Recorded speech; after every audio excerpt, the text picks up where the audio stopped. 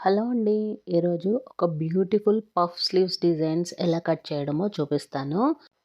ముందుగా normal sleeves ఎలా cut చేసుకుంటామో మనం షార్ట్ స్లీవ్స్ అలానే కట్ చేసుకోవాలి ఈ హ్యాండ్‌ని కూడా. నేను 2 హ్యాండ్స్ ఒకటేసారి కట్ చేయడానికి 4 ఫోల్డింగులు చేసుకున్నాను. నా సైడ్ 2 ఫోల్డింగ్‌లు వచ్చేలాగా పెట్టుకున్నాను. ముందుగా 6 ఇంచుల పొడవు పెట్టుకొని దానికోసం మనం ఒక లైన్ గీసుకున్న తర్వాత 3.25 ఇంచులు డౌన్ తీసుకోవాలి చేతికి డౌను. ఎందుకంటే 38 సైజు బ్లౌజ్ కాబట్టి 3.25 ఇంచులు సరిపోతుంది. నేను ఏ సైజు వారికి ఎలా స్లీవ్ కటింగ్ చేసుకోవాలో అంటే చెస్ట్ సైజుని బట్టి స్లీవ్ కటింగ్ ఎలా చేసుకోవాలో ఒక వీడియో చేశాను. నా ఛానల్లో ఉంది సీనియర్ హ్యాండ్స్ కటింగ్ అని. ఒకవేళ ఆ వీడియో కావాలంటే నా ఛానల్లో చూడండి. ఆర్మ్ హోల్ వచ్చేసి 9 వచ్చేలాగా మార్కింగ్ చేసుకోవాలి. నాకు ఇక్కడ నేను చెక్ చేస్తే 9 రాలేదు కాబట్టి నేను ఇంకొంచెం పక్క నుండి తీసుకొని 9 వచ్చేలాగా అక్కడ ఒక మార్కింగ్ పెట్టుకున్నాను. అక్కడ నుండి మళ్ళీ కిందికి డౌన్ వచ్చేసి స్లీవ్ రౌండ్ వచ్చేసి 14 ఇంచెస్, అందుకనే 7 ఇంచెస్ పెట్టుకున్నాను నేను. ఇలా కట్ చేసుకున్న తర్వాత ఒకసారి మళ్ళీ చెక్ చేసుకోవాలి 9 ఇంచుల ఆర్మ్ హోల్ వచ్చిందా లేదా అని. వచ్చింది అని ఒక మార్కింగ్ ఒక కట్టు పెట్టుకోవాలి అక్కడ. మళ్ళీ మనం జాయిన్ చేసుకునేటప్పుడు అక్కడ ఆర్మ్ హోల్ దగ్గర ఈ సేమ్ ఆ జాయింట్ అక్కడికి వచ్చేయాలి. లైనింగ్ అయితే ఏ విధంగా కట్ చేసుకున్నామో అదే విధంగా ఒక పేపర్ తీసుకొని ఆ పేపర్ని కూడా సేమ్ మన చేతి ఎంత పొడవు ఉందో అంత వెడల్పు హైటు తీసుకోవాలి. మధ్యలోకి ఒక ఇట్లా లైన్ గీసుకొని ఆ మధ్యలో పార్ట్ నుంచి మాత్రము పైన షోల్డర్ దాకా ఒక 4.5 ఇంచుల లైన్ తీసుకోవాలి. అట్లా కర్వ్ షేప్ లాగా. అటు సైడ్ మనం ఎంతైతే 4.5 ఇంచుల లైన్ తీసుకున్నామో ఇటు సైడ్ కూడా 4.5 ఇంచుల లైన్ తీసుకొని ఇలా స్ట్రైట్గా ఒక 1.25 ఇంచు గ్యాప్ చూసుకుంటూ 7 లైన్స్ గీసుకోవాలి మొత్తం. గీసుకున్న తర్వాత ఈ మధ్యలో లైన్ ఉంది చూడండి, ఆ మధ్యలో లైన్ మాత్రం పేపర్ కట్ చేసుకోవాలి మనం. తర్వాత మనం ఏదైతే లైన్స్ గీసుకున్నాం కదా ఆ లైన్స్ని కూడా కట్ చేసుకుంటూ రావాలి. మొత్తం కట్ చేయొద్దు, పైనుంచి ఒక 1 ఇంచు గ్యాప్ ఉంచేసిన తర్వాతనే కట్ చేసుకోవాలి ఈ పక్కలన్నీ. కాకపోతే అన్నీ ఈక్వల్గా కట్ చేసుకోవాలి. ఎందుకంటే ఈక్వల్గా కట్ చేసుకోవడం వల్ల మనం క్లాత్ మీద పెట్టినప్పుడు వాటి గ్యాప్ కూడా ఈక్వల్గా వస్తుంది.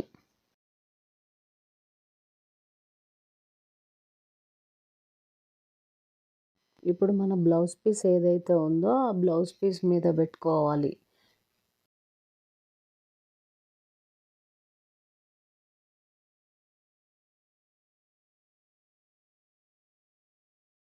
ఈ పీస్ పెట్టుకున్న తర్వాత ఒక హాఫ్ ఇంచ్ గ్యాప్ తీసుకుంటూ ఒక మార్క్ వేసుకోవాలి మనం. ఇలా ఒక్కొక్కటి విడదీసుకుంటూ హాఫ్ ఇంచ్ గ్యాప్ వచ్చేలాగా ఒక్కొక్క దానికి మనం క్లాత్ దగ్గర వెడల్పు చేసుకుంటూ ఒక్కొక్క పీస్ని పెట్టుకుంటూ రావాలి. అలా గ్యాప్ వచ్చిన తర్వాత ఒక మార్క్ వేసుకోవాలి ఆ మధ్యలో. అంటే అన్నీ ఈక్వల్ గ్యాప్ వచ్చేలాగా పెట్టుకోవాలి. నేను ఇలా ఈక్వల్ గ్యాప్ వచ్చేలాగా ఒక్కొక్కటి పెట్టుకున్న తర్వాతనే మార్కింగ్ పెట్టుకుంటాను. కింద కూడా మళ్ళీ ఒకసారి మార్కింగ్ పెట్టుకోవాలి. ఒక 1/2 ఇంచు గ్యాప్ చూసుకొని మార్కింగ్ పెట్టుకోవాలి కింద అయితే. ఫ్రిల్ అనేది ఎక్కువ గ్యాప్ రావాలంటే 3/4 ఇంచు పెట్టుకోవచ్చు. ఇలా నేను హాఫ్ ఇంచు పెట్టాను కదా, హాఫ్ ఇంచు పెడితే అది అటు 1/4 ఇంచు ఇటు 1/4 ఇంచు గ్యాప్ వచ్చేలాగా వస్తుంది. అయితే ఇంకొంచెం ఫ్రిల్ పెద్దదిగా కావాలంటే 3/4 ఇంచు కానీ ఇంచు కూడా పెట్టుకోవచ్చు. ఇంచు పెట్టుకోవాలంటే ఈ పీసెస్ అనేటివి తక్కువ కట్ చేసుకోవచ్చు. అంటే ఒక 5 పీసెస్ వచ్చేలాగా కట్ చేసుకున్నా, ఒక 6 పీసెస్ వచ్చేలాగా కట్ చేసుకున్నా కూడా ఒక 1 ఇంచు గ్యాప్ పెట్టుకుంటూ రావచ్చు. అది మనం ఏ విధంగా అయితే మార్కింగ్ చేసుకున్నామో అదే విధంగా క్లాత్ని కట్ చేసుకుంటూ రావాలి. ఇక్కడ మనం మార్కింగ్ పెట్టుకున్నాం కదా, ఒక్కొక్క పీస్ దగ్గర ఇట్లా ఫోల్డింగ్ చేసుకోవడానికి అక్కడ ఒక చిన్న కట్టు పెట్టుకోవాలి. ప్రతి లైన్ దగ్గర ఒక కట్టు పెట్టుకుంటూ రావాలి. మనం కుట్టేటప్పుడు అదే కుట్టే దగ్గరనే మనం కట్ అయితే ఎక్కడ పెట్టుకున్నాం అక్కడ 1/4 ఇంచు గ్యాప్ ఫోల్డింగ్ చేసుకుంటూ రావచ్చు మళ్ళీ.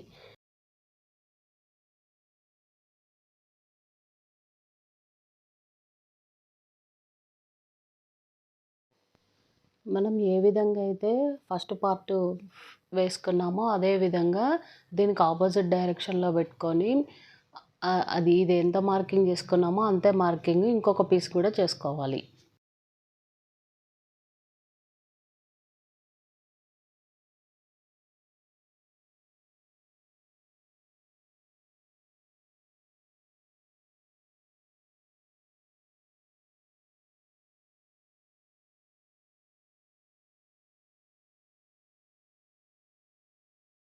ఆ పీస్‌కి ఎక్కడైతే కట్స్ పెట్టుకున్నామో అక్కడే మళ్ళీ ఈ పీస్‌కి గూడా అలానే పెట్టుకోవాలి కట్స్.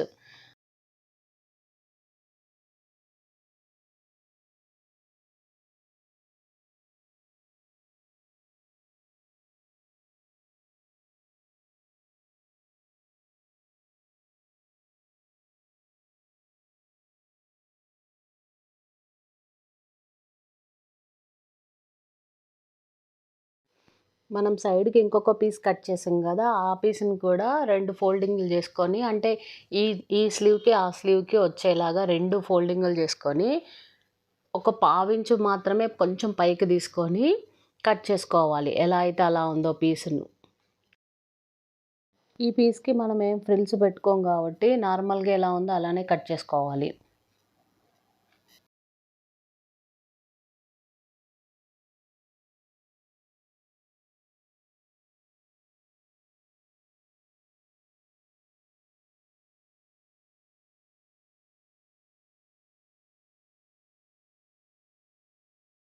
ఈ పీస్ ఉంది చూడండి. ఈ పీస్‌కి మాత్రం మనం ఫోల్డింగ్ చేసుకుంటూ రావాలి. పావించు, పావించు ఫోల్డింగ్స్ చేసుకుంటూ రావాలి. అది గూడా మనం షోల్డర్ పైన అటాచ్ చేస్తాం గదా! అలా అటాచ్ చేసేదానికి పైకి రాకుండా ఫ్రిల్ అనేది ఫోల్డింగ్ అనేది కిందికి రావాలి. కిందికొచ్చేలాగా ఫోల్డింగ్ చేసుకోవాలి మనం.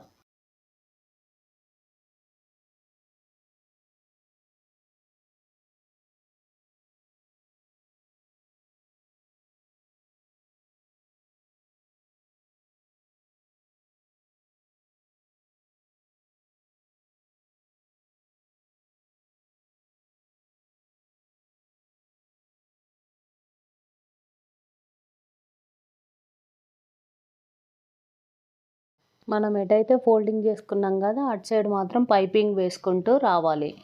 అంటే మొత్తం పైపింగ్ వేసుకోవాలి. పైన షోల్డర్ దగ్గర అటాచ్ చేసేది గాకుండా కర్వ్ షేప్ అయితే ఏదైతే తీసుకున్నామో ఫ్రిల్స్ పెట్టుకోవడానికి, అక్కడ మాత్రమే మనం పైపింగ్ వేసుకోవాలి. పైపింగ్ వేసుకొని ఇంకొక పీస్ ఉంది చూడండి. ఆ పీస్‌కి గూడా మనము అటాచ్ చేసుకున్న తర్వాత పైపింగ్ ఏసుకోవాలి దానికి గూడా.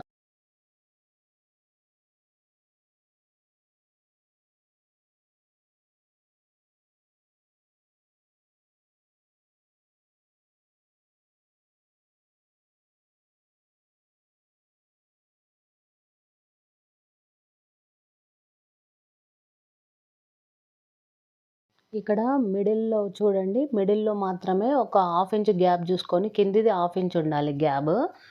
హాఫ్ ఇంచ్ గ్యాప్ జూసుకున్న తర్వాత దాని పైన ఈక్వల్ అది నేను వీడియోలో చూపిస్తున్నాను చూడండి. అదే విధంగా పెట్టుకొని నెమ్మదిగా దాని పైనుండి అంటే పైపింగ్ పైన గాకుండా పక్క నుంచి వచ్చేలాగా కుట్టు వేసుకుంటూ రావాలి.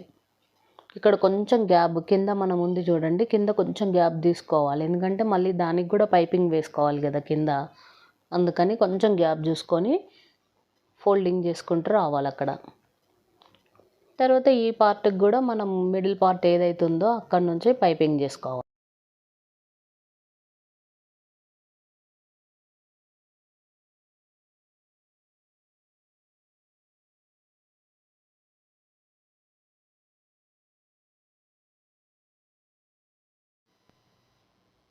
వేసుకున్న తర్వాత మనం లైనింగ్ పీస్ ఉంది చూడండి. లైనింగ్ పీస్‌కి మనము ఫ్రంట్‌లో షేప్ తీయలేదు గదా! ఫ్రంట్ షేప్ తీసుకున్న తర్వాత ఇటు ఉల్టా ఏదైతే ఉందో అటు మనం పైపింగ్‌కి కూడా ఉల్టా పెట్టేసుకొని ఆ పైపింగ్‌ది ఉంది చూడండి. ఆ పైపింగ్ దగ్గర నుంచి ఒక పావించు గ్యాప్ తోటి లోపలికి కుట్టు వేసుకోవాలి. నేను వీడియోలో చూపిస్తున్నట్టు. అంటే ఇన్విజిబుల్ పైపింగ్ మనకు బయటకు గూడా పైపింగ్ కనిపియకుండా ఉంటది. అలా కుట్టు వేసుకుంటే. ఇలా పిన్స్ పెట్టుకొని ఇప్పుడు నేనైతే ఎక్కడైతే ఫ్రిల్స్ పెట్టానో అక్కడ చాలామంది ఏం చేస్తారంటే కట్స్ చేసుకున్న తర్వాత మళ్ళీ పిన్స్ పెట్టుకొని ఆహ్, క ఆ పిన్స్ దగ్గర నుంచి ఫోల్డింగ్ చేసుకుంటూ వస్తారు. అలా గాకుండా ఇప్పుడు నేను మార్కింగ్ చేసుకున్నాను చూడండి. అదే విధంగా కొంచెం కట్స్ పెట్టుకొని, అలా గ్యాప్ చూసుకొని, అలా కట్ చేసుకోవడం వల్ల అది ఈజీగా కుట్టుకోవస్తది మనకి. ఆ మెథడ్ కంటే ఈ మెథడ్ చాలా ఈజీగా ఉంటది. లోపల నుంచి పైపింగ్ వేయడం వల్ల బయటకి క్లాత్ అనేది అసలు కనిపించవు. కొన్ని క్లాతులు ఊరికనే పిక్కులుకుపోతాయి కదా! అలా పీల్చుకుపోకుండా ఉండడానికి ఇలా ఇన్విజిబుల్ పైపింగ్‌లు వేసుకుంటే చాలా నీట్‌గా ఉంటది.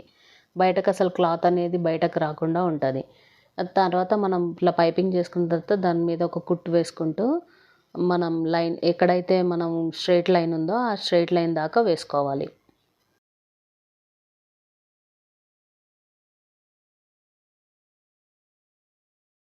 ఇక్కడ కుట్టు మనం లైనింగ్ అటాచ్ చేసుకునేటప్పుడు మాత్రం ఇక్కడ జాగ్రత్తగా అటాచ్ చేసుకోవాలి. ఎందుకంటే మనం ఫ్రిల్స్ దగ్గర మళ్ళీ ఇటు సైడ్ కూడా ఫ్రిల్ రాకుండా క్లాత్ ప్లెయిన్‌గా వచ్చేలాగానే పెట్టుకోవాలి. ప్లెయిన్‌గా అదిగో ఇలా వీడియోలో చూపిస్తున్నాను చూడండి. అలా ప్లెయిన్‌గా వచ్చేలాగానే వె క్లాత్ అనేది జరుపుకుంటూ వేసుకుంటూ రావాలి.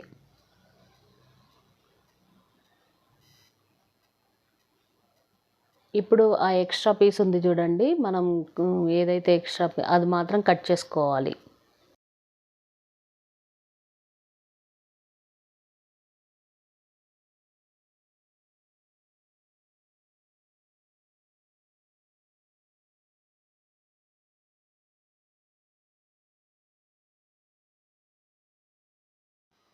ఇక్కడ మనము మధ్యలో ఫ్రిల్స్ పెట్టాం గదా! ఆ ఫ్రిల్స్ దగ్గర మాత్రం కొంచెం మీడియం సైజు వైట్ కలర్ అంటే దీనికి నేను సిల్వర్ కలర్ పైపింగ్ ఏసాను గానీ, అందుకనే వైట్ సిల్వర్ కలరు పూస తీసుకొని మధ్యలో కుడుతున్నాను. మీరు ఏ కలర్ తీసుకుంటే ఆ కలర్ పూస గానీ, లేతే బటన్ గానీ పెట్టుకోవచ్చు.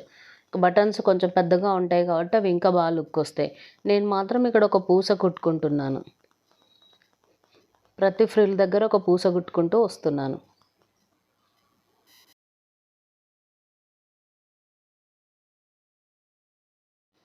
చూసారా అన్ని పూసలు కుట్టిన తర్వాత ఎంత బాగా లుక్ వచ్చిందో అసలు. ఎంత బావుందో చూడండి అసలు స్లీవ్ డిజైను.